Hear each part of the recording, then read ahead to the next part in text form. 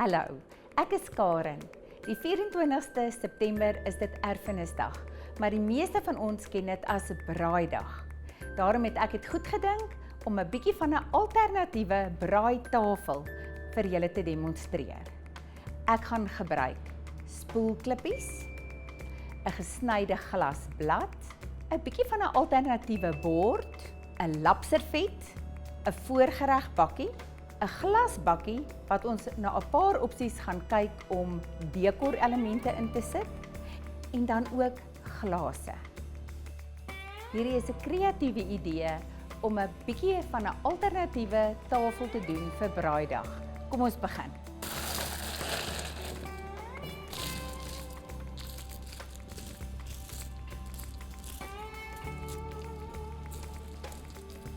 Nadat ons die klippies gedoen het, kan ons 'n blommetjie vat, net om dit 'n bietjie sagter te maak. Dalk 'n bietjie van 'n vroulikheid aan dit te sit. En wat ook oulik is, mens kan dit ook gedurende Kerstyd doen en dan kan jy Kersfeesballetjies tussen jou klippe ingooi. Belangrik is om jou blommetjies op die rand te doen wat sal uitsteek nadat jy jou borde op jou klippe neergesit het. Dit is belangrik om jou klippies lekker te versprei, dat dit tot by die rand van jou glas gaan. Dan 'n lekker vierkantige bord wat saam met Braaidag gaan. 'n Lapservet. Mens kan nie sonder 'n lapservet eet nie. Nie 'n papierservet nie, 'n lapservet. Dan jou bakkie vir jou voorgereg en dan kan 'n mens 'n bietjie speel met kreatiewe idees.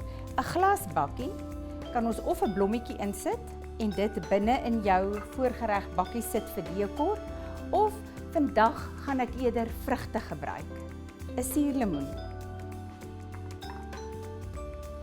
En dan my messe en virke.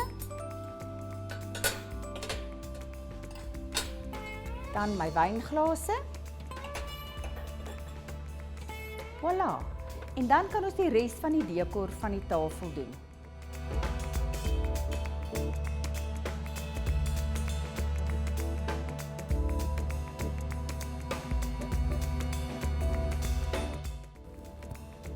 En daar het ons dit. Ons alternatiewe braaitafel vir Braaidag.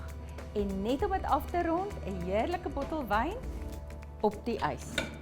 As jy verder wil saamgesels oor dekoridees, oor tafeldek, ons is op Facebook, Instagram en Twitter.